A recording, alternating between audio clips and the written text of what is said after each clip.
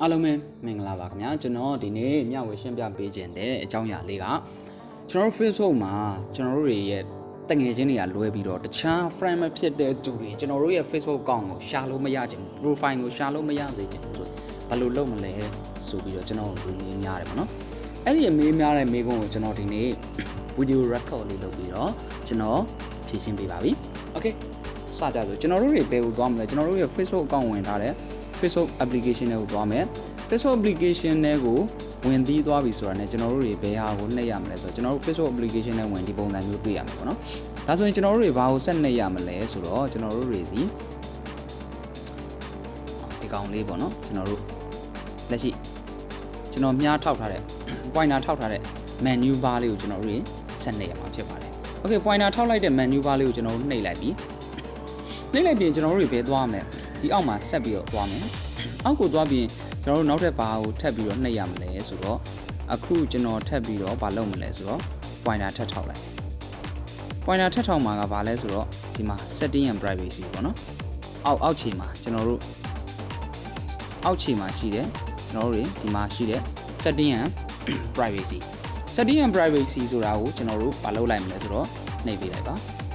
setting and privacy ဆိုတာနှိပ်ပြီးဆိုရင်ကျွန်တော်တို့ဒီအောက်မှာထပ်ပြီးတော့တွေ့တဲ့ဟာလေးတစ်ခုရှိတယ်အဲ့ဒါလေးကဘာလဲဆိုတော့ setting and privacy အောက်ကနှိပ်လိုက်တဲ့ဟာဒီနောက်ထပ်တက်လာတယ်ဒီမှာ setting ဆိုတဲ့ကျွန်တော် pointer မြားလေးပြထားတယ် setting ဆိုတဲ့ဟာလေးကိုကျွန်တော်တို့ထပ်ပြီးတော့နှိပ်ရမှာဖြစ်ပါတယ် okay setting ဆိုတာလေးကိုကျွန်တော်တို့နှိပ်လိုက်ပါ setting ဆိုတာလေးနှိပ်ပြီးပြီဆိုရင်ကျွန်တော်တို့ဘာတွေထပ်တွေ့ရမလဲအောက်ကိုနည်းနည်းလေးဆွဲကြည့်လိုက်ရင်ဒီမှာအများကြီးတွေ့ရတယ်ဒါပေမဲ့ကျွန်တော်တို့တွေအဲ့ထဲမှာအများကြီးတွေ့တဲ့ထဲမှာဘာလဲဆိုတော့ကျွန်တော်တို့ privacy setting okay ဘယ်ဟာလေးလဲဆိုရင် privacy setting ကိုကျွန်တော် pointer လေးထပ်ပြလိုက်မယ်ဒီ privacy setting ဆိုတဲ့ဟာလေးပေါ့နော်ကျွန်တော်မြားလေးပြလိုက်တဲ့ privacy setting ဆိုတာလေးကိုဘာလုပ်ရမလဲဆိုတော့ကျွန်တော်တို့ထပ်နှိပ်လိုက်ပါ okay အခုလို့နှိပ်ပြီးပြီဆိုရင်ဒီမှာ privacy basic ဆိုတာရှိတယ်ဒီမှာချက်တဲ့ important အများကြီးပဲကျွန်တော်တို့တွေပြီးတော့ friend မဖြစ်တဲ့သူတွေအဲ့လိုမရအောင် share လို့မရအောင်လုပ်တာအခုကျွန်တော်တို့ပြောမှဒီမှာ how people can find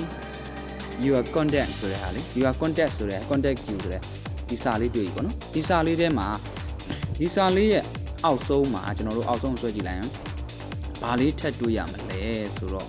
ကျွန်တော်တို့တွေထပ်တွေ့ရမယ့်အရာလေးဒီ sorry ကျွန်တော်တို့တွေထပ်တွေ့ရမယ့်အရာလေးဒီဘာဖြစ်မလဲဆိုတော့အခုကျွန်တော် pointer ပြမယ့်နေရာလေးပေါ့နော်ဒီအောက်ဆုံးမှာအောက်ဆုံးကညာလေးပြ do you want ဒီမှာ do you want ပေါ့နော် do you want to search ဒီမှာ do you want to search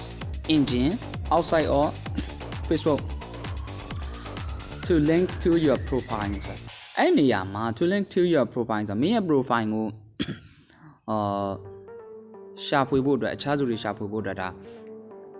ရှာဖွေလို့ရချင်လားဆိုတော့ကျွန်တော်တို့တွေ default အပြင်ပေးထားတာဒီမှာ yes လို့ပေးထားတယ်ပေါ့နော်ကျွန်တော်တို့ဒီမှာတွေ့တာဒီ yes အဲ့ဒီ yes ဆိုတာကကျွန်တော်တို့ friend မဟုတ်တဲ့သူတွေရှာလို့ရမယ်ဆိုတဲ့သဘောပေါ့နော် friend မဟုတ်တဲ့သူတွေရှာလို့ရမယ်ကျွန်တော်တို့ရဲ့ friend တွေဒီဟာပိတ်လိုက်ခြင်းအပြင်ကျွန်တော်တို့ရဲ့ friend တွေကကျွန်တော်အကောင့်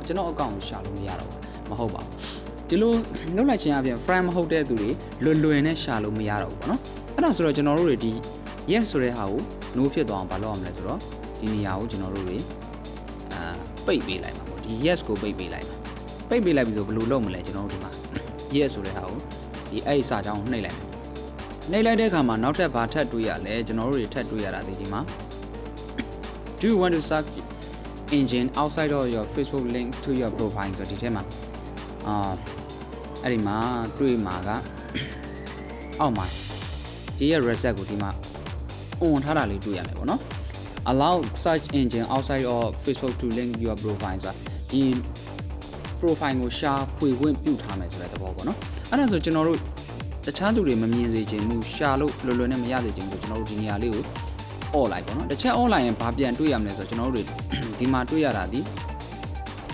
ဘာတွေ့ရလဲဆိုတော့ are you sure want to disable public search ဆိုတာလူတွေတော်တော်များများပေါ့လူတိုင်း public search ဆိုတာလူတိုင်းရှာလို့လွယ်နဲ့ပေါ့မသိတဲ့သူတွေ friend မဟုတ်တဲ့သူတွေရှာလို့မရစေချင်ဘူးလားပေါ့နော်ရှာလို့မဖြစ်စေချင်ဘူးလားပေါ့ disable ဆိုတာရှာမရဘူးပေါ့နော် အဲ့လိုမျိုးမဖြစ်စေချင်ကျွန်တော်တို့ဘာလုပ်မလဲ disable ဆိုတာကိုနှိပ်ခဲ့လိုက်ပေါ့နော်ဒီမှာ disable ဆိုတာနှိပ်ခဲ့လိုက်ပေါ့ okay disable ဆိုတာဘာလုပ်ခဲ့ရမလဲဆိုတော့ disable ဆိုတာကိုကျွန်တော်တို့တွေဒီ disable လေးကိုနှိပ်ခဲ့လိုက်ရင်ကျွန်တော်တို့ရဲ့ profile ကို friend မဖြစ်တဲ့သူတွေ public ကလူတွေလွယ်နဲ့ချလို့ရမှာမဟုတ်တော့ပါဘူးဆိုတော့ကျွန်တော်ဒီဘာဖြစ်လို့လဲဆိုတော့ကျွန်တော်ရဲ့ account ကိုလူတိုင်းလွယ်နဲ့ရှာလို့ရအောင်ကျွန်တော်ဒီတိုင်းထားတဲ့အတွက်ကျွန်တော် disable မလုပ်ခဲ့ပါဘူးတကယ်လို့ကျွန်တော် disable လုပ်လိုက်တယ် okay disable လုပ်လိုက်ရင်ကျွန်တော်ရဲ့တခြား disable လုပ်လိုက်လို့လည်းဘာမှမဖြစ်ပါဘူးကျွန်တော်ရဲ့ friend မဟုတ်တဲ့သူတွေ public ကလူတွေရှာမရဘူးအဲ့အတွက်ကျွန်တော် public ကလူတွေရှာရအောင်ကျွန်တော်ပြန်ပြီးတော့ on ခဲ့ပါမယ်ဒါရိုးရှင်းတဲ့နည်းလေးပါ okay ဒီလောက်ဆိုရင်အဆင်ပြေကြမယ်လို့ပြောလင့်ပါတယ်အားလုံးအဆင်ပြေကြပါစေပျော်ရွှင်ချမ်းမြေ့ကြပါစေ okay ကျွန်တော်ရဲ့အဆုံးထိကြည့်ပေးသွားတဲ့မိတ်ဆွေတွေအနေနဲ့ကျွန်တော်ရဲ့ channel လေးကိုလည်း YouTube channel လေးကိုလည်းကျွန်တော် subscribe လုပ်ခဲ့ဖို့တောင်းဆိုပါတယ် okay တလက်စတဲ့နဲ့ကျွန်တော်ကြော်ညာပါရစေကျွန်တော်ရဲ့ YouTube channel လေးကတော့ဒီမှာ Mr. လင်းအောင်ဆိုတဲ့ YouTube channel လေးဖြစ်ပါတယ် okay ဒီ channel လေးကို Mr. လင်းအောင်လို့ရှာလိုက်ရင်ကျွန်တော်ရဲ့ဘွဲဝက်ဆောင်လေးနဲ့ဒီပုံလေးတွေ့ရမယ်ပေါ့နော်ဒီမှာကျွန်တော်ရဲ့ channel မှာဘာတွေရှိလဲ Facebook အကြောင်းတွေပေါ့နော် Facebook marketing ရဲ့အကြောင်းတွေပါမယ် okay ကျွန်တော်ရဲ့ channel လေးကို subscribe လုပ်ခဲ့ပေးပါဦးဒီမှာကျွန်တော်ရဲ့ Mr. လင်းအောင်လို့ရိုက်ရှာလိုက်ရင်ကျွန်တော်ရဲ့ YouTube channel လေးကိုတွေ့မှာဖြစ်ပါတယ် okay subscriber တွေလည်းတော်တော်များများရောက်နေပါပြီ okay အဲ့ဒါဆိုတော့ကျွန်တော်ရဲ့ channel လေးမှာဘာတွေရှိလဲကျွန်တော်ထပ်ပြီးကြော်ညာပါရစေ ICT for business ရှိမယ် Linux ရှိမယ်ကျွန်တော်ကြပြားတွေရေးထားတဲ့ဟာလေးတွေရှုထားတာတွေရှိမယ်နောက်ပြီးတော့ Facebook marketing ကိုအခမဲ့လေ့လာလို့ရမယ် YouTube course ကိုအစားဆုံးအခမဲ့လေ့လာခွင့်ရမယ် A+ course ပါမယ်အဲ့ဆိုကျွန်တော်ရဲ့ channel လေးကိုဝင်ကြည့်ကြပြီးတော့ subscribe လေးလည်းလုပ်ခဲ့ပေးဖို့ကျွန်တော်တောင်းဆိုပါရစေကျွန်တော်ရဲ့ channel လေးမှာဒီမှာ Windows password ပေးနည်းတွေပါတယ်အခြေခံ basically ကြလေးကျွန်တော်လောက်ထားပေးတာဖြစ်ပါတယ် okay အဲ့တော့ကျွန်တော်ရဲ့ channel လေးကိုထပ်ပြီးတော့တောင်းဆိုပါရစေဒီ Mr. လင်းအောင်ဆိုတဲ့ channel လေးကို